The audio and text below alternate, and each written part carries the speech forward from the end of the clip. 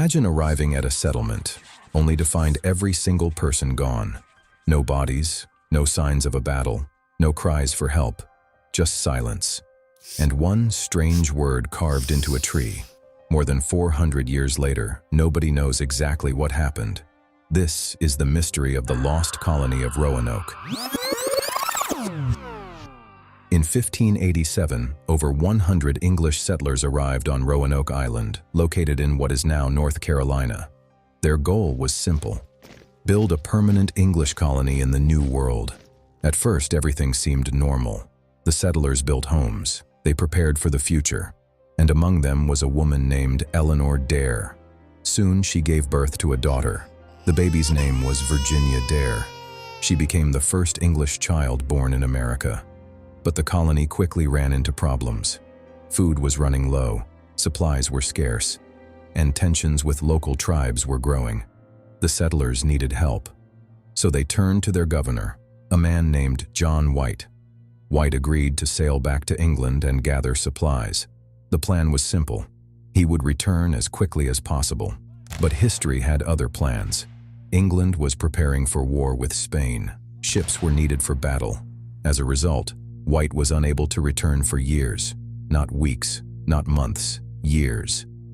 Finally, in 1590, White managed to sail back to Roanoke. He expected to reunite with his family. Instead, he found something terrifying.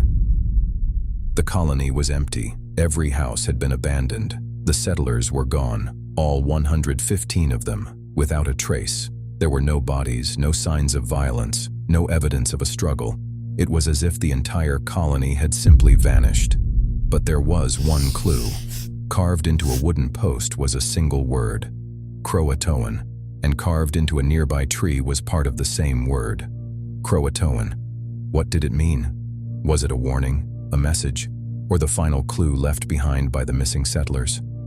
John White knew that CROATOAN was the name of a nearby island. Today, that island is known as Hatteras Island. Before leaving, the settlers had agreed on something. If they ever moved, they would leave a message behind.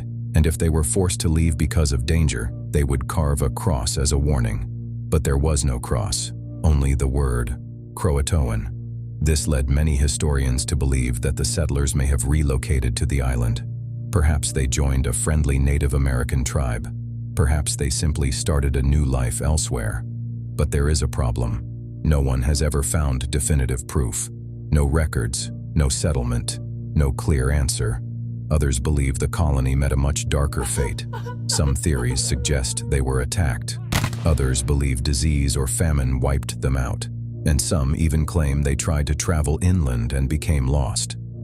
Over the centuries, countless theories have appeared, yet none have been proven. The strangest part? There are reports from later explorers who encountered Native Americans with unusually light skin and gray eyes. Some historians have wondered whether these people could have been descendants of the missing colonists.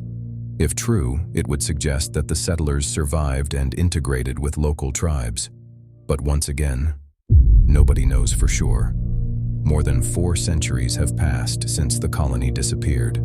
Archaeologists are still searching for answers.